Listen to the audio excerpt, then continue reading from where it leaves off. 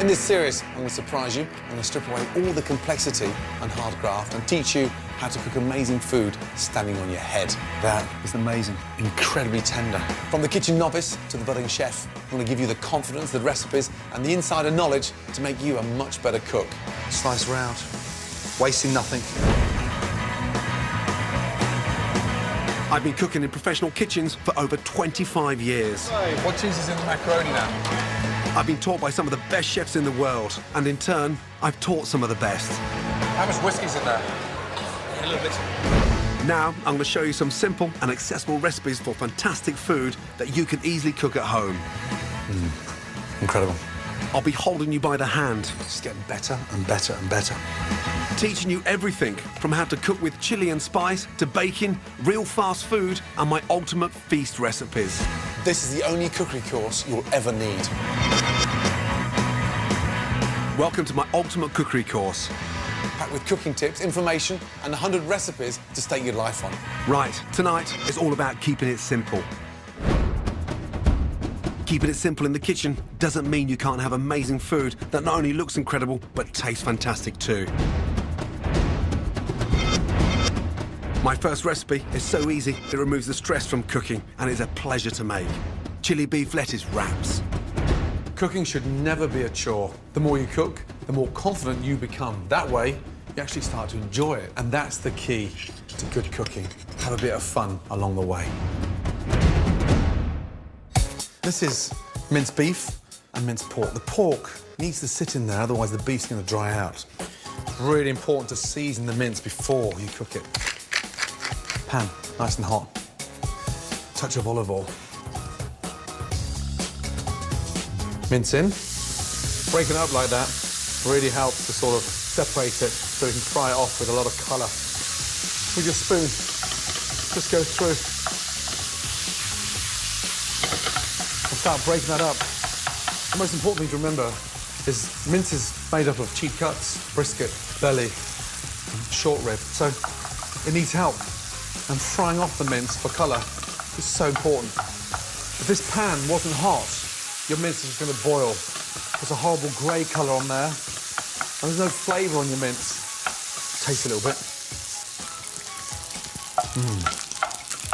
Tastes delicious. It's seasoned beautifully. See how crispy it's going. Take it much further than you've ever taken mince before. Nice and crispy. Smells incredible. And draining it is crucial. It keeps the mince nice and crispy, and you get rid of that excess fat. That's lovely. Now, just wipe out the pan, don't wash it. Low gas. Now we're going to add texture to the mince. Finely chopped chili, ginger, garlic, and spring onions. Spring onions give the sort of mince a really nice freshness, because it just gives that crunch. Nice and thinly. Now, I'll fry off the chilies, the ginger and the garlic first. Sesame seed oil. Teaspoon only in. Garlic, chili, ginger in. Fry that off nicely. The sesame seed oil just lifts up the whole flavour. Touch of brown sugar. That starts to really caramelise the chili, the garlic and the ginger. Mince in. Now, my fish sauce. That gives it the saltiness. You can see now why it was so important to get that mince really crispy, because nothing's going soggy, it's staying really crispy. Fresh lime, that makes the mince fragrant. And then lime juice, roll it, and squeeze that in there. Incredible. I've got the salty, I've got the heat, I've got the sweetness, now I've got the acidicness as well. And then finally, my spring onions in. Right at the last minute, so I've got crunch in there as well. Smells amazing.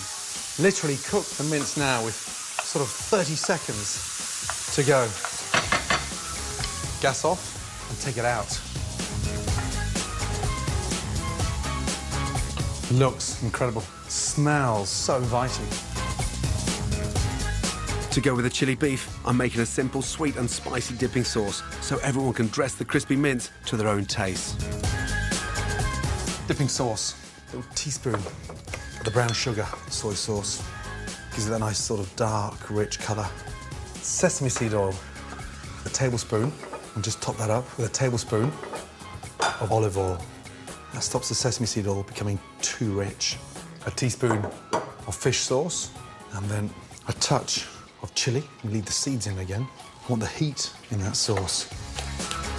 So impressive and amazing show-off centerpiece. Lime juice in, and the coriander. Chop it through once. Give that little mix up. Just check the seasoning. That's lovely. Nice and rich. Now the lettuce. I'm going to use baby gem because it's really nice and durable and sort of quite strong. So you just sort of sit these nice trimmed lettuce leaves around. Now, the exciting part, serve. Take your lettuce up, spoon in your mince, and then a little touch of dressing. Just a little drizzle. Nice. And that's the secret of having good, easy, relaxed food, is that you just help yourself. Food that looks and tastes $1 million doesn't have to be complex. This dish is as fun to cook as it is to eat.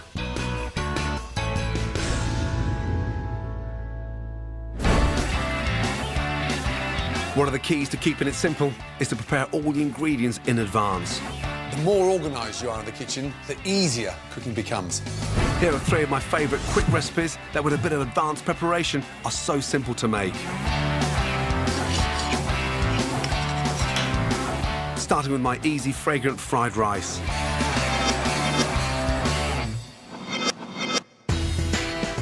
First, get prepped. Chop garlic, ginger, and chilli, keeping the seeds for extra kick. Slice spring onions, chop spring greens, and trim a head of broccoli. Then whisk 2 eggs. Prep done, stir fry on. Add a good glug of oil to a hot pan. Garlic, ginger, chilli. Next, the spring greens and broccoli. Add water to steam. Then cooked rice. This dish is perfect for using leftover rice. Make a well. Add the eggs, spring onions, and a dash of fish sauce.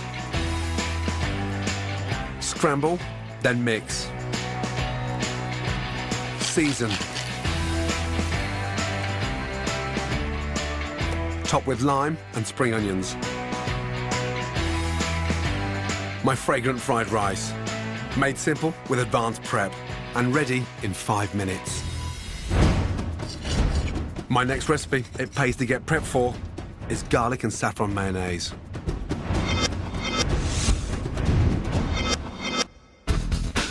First, get your ingredients to hand. Eggs should be out of the fridge and at room temperature. Soak saffron in warm water. Saffron is the most expensive spice in the world, made from the dried stigma of crocus flowers. But even a pinch gives a fantastic taste and a wonderful colour. Next, separate 3 eggs. Put the yolks into a mixing bowl. Add Dijon mustard, finely chopped garlic, the drained saffron, and a squeeze of lemon. Then mix. Whisking constantly, add oil slowly. It won't take forever. For perfect flavour, use half olive oil and half vegetable oil. When the mayonnaise comes together, season. A smooth, thick consistency means it's done. Top with saffron. Rich, delicious, and perfect with everything from seafood to sandwiches and chips. My second recipe, garlic and saffron mayonnaise. Easy to get right, as long as you've planned ahead. My final dish, that's a cinch to cook with a little advanced prep work, is mussels with celery and chilli. First, prep the veg, chop spring onions, shallots, a clove of garlic, and chilli to taste. Then thinly sliced celery, add a bay leaf and thyme, veg ready. Add oil to a pan and fry. Season, then add mussels and stir. Mussels are one of my favourite shellfish, cheap, healthy and delicious. Cover and steam for a couple of minutes. As the mussels open, add vermouth and aromatic fortified wine. And 150 ml of dry white wine. On a high heat, reduce the liquid to create a sauce. Discard any mussels that are still shut. Then finish with creme fraiche and chopped parsley.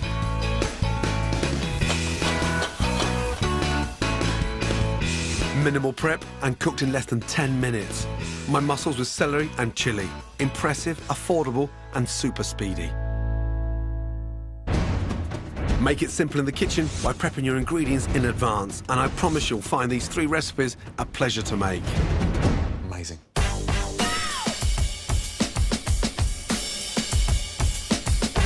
You don't need to spend a fortune on masses of kitchen equipment. This is my quick guide to kitchen knives.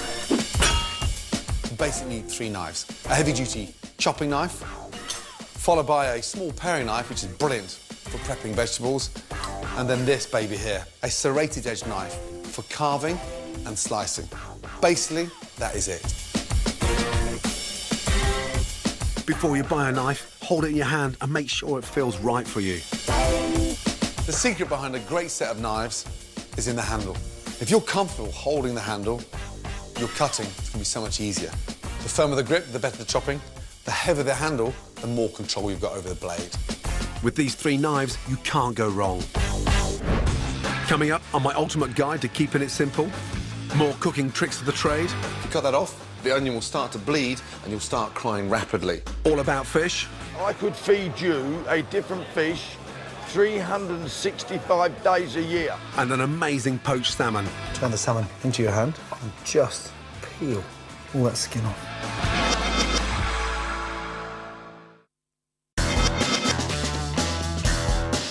Welcome back to my Ultimate Cookery Course.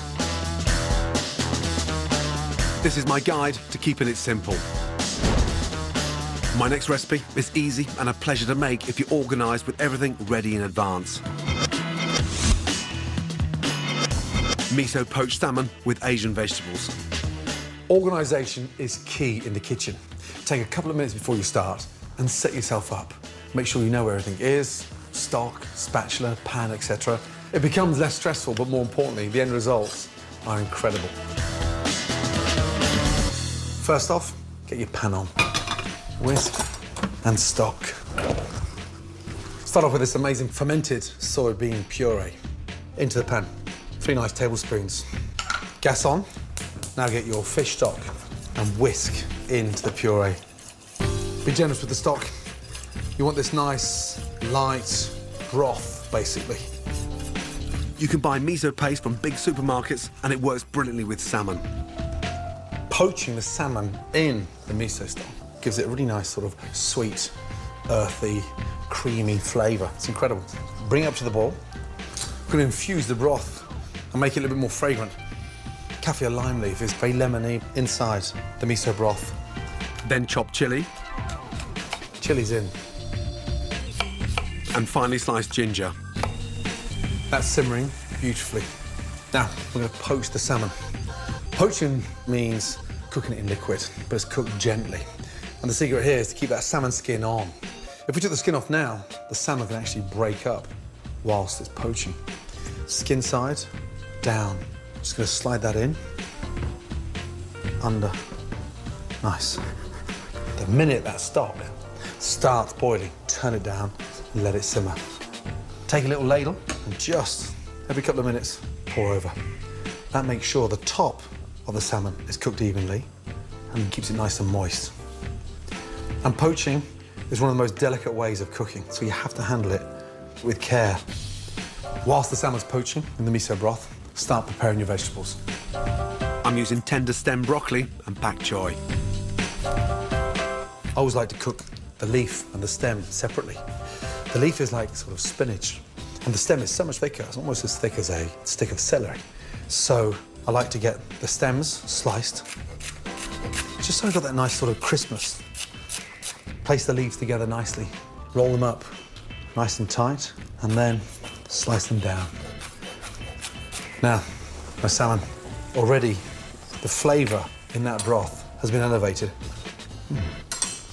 Now it tastes really fishy. You've got the heat, the chilli, spiciness, the ginger, and the kaffir lime leaf. Take your fish slice and place it very gently underneath the salmon and push it down. Fish slices are flexible for that reason. Bend it, lift it up, just touch. You're looking for a springy, firm texture.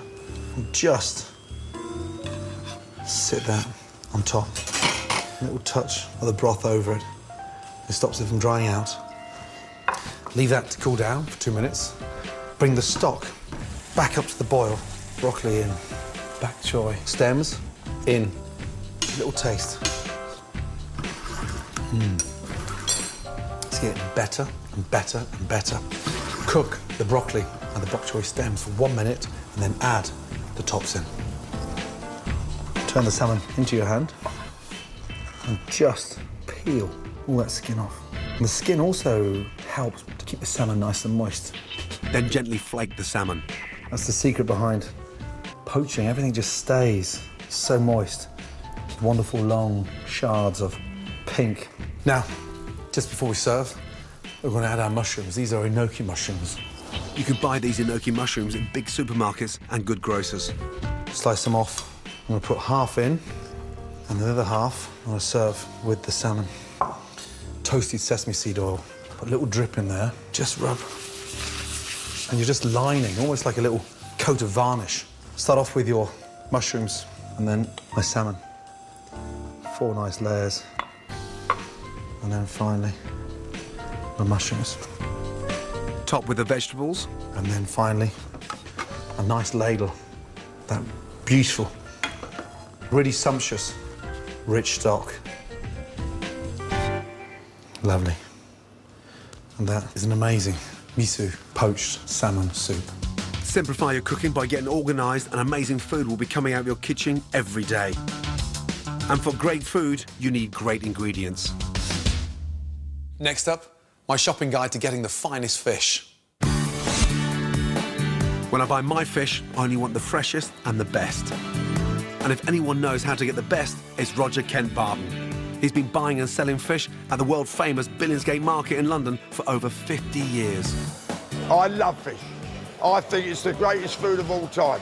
I sell literally every variety there is. I could feed you a different fish 365 days a year. This guy really knows how to sniff out the good from the bad.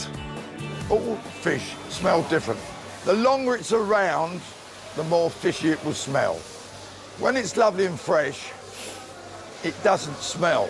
Whenever you're going to buy fish, don't be frightened. Get your nose right into it. Don't go like that. Get it into it. Smell it. Smells delightful.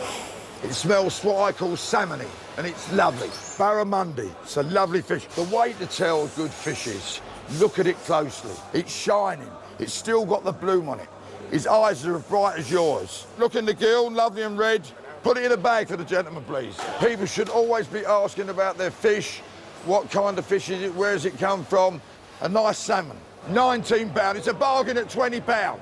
Roger's right. Salmon's brilliant value and a great all-rounder. Really healthy and super delicious. Here's a quick look at the different cuts and how to use them.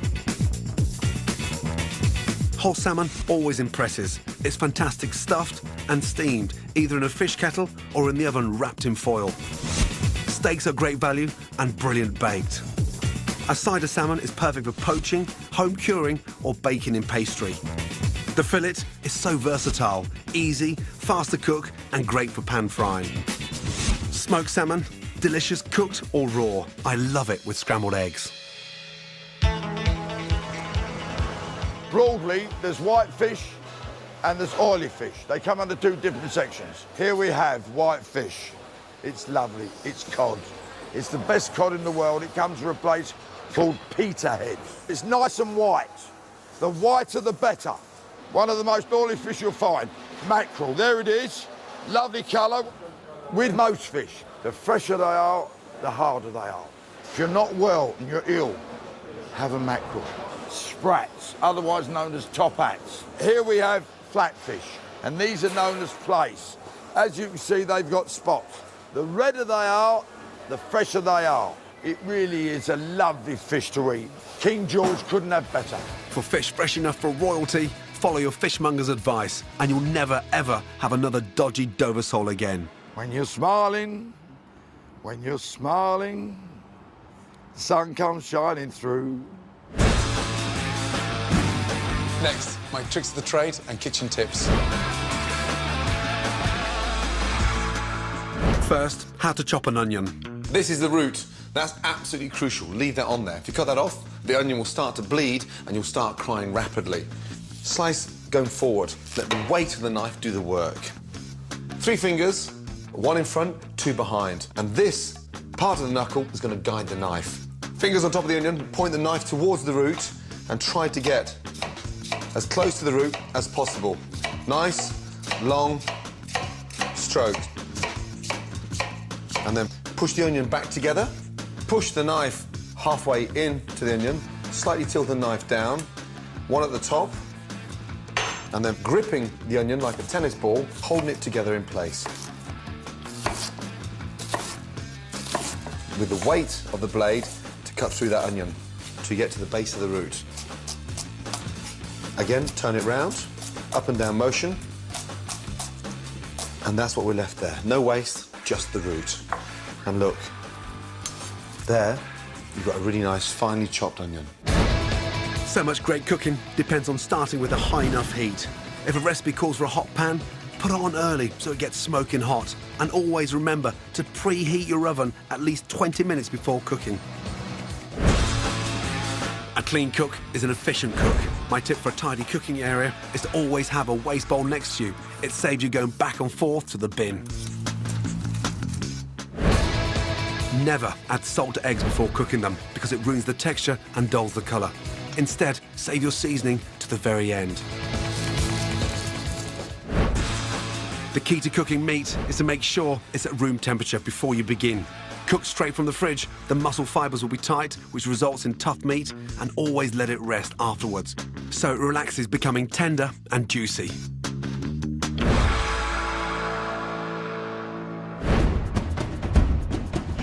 Follow my Ultimate Cookery Course, crammed with key lessons. Top tips and 100 recipes to stake your life on, and you'll literally be cooking yourself into a better chef. To collect selected recipes from the show, go to my scrapbook at channel4.com/Gordon. Go on, get cooking.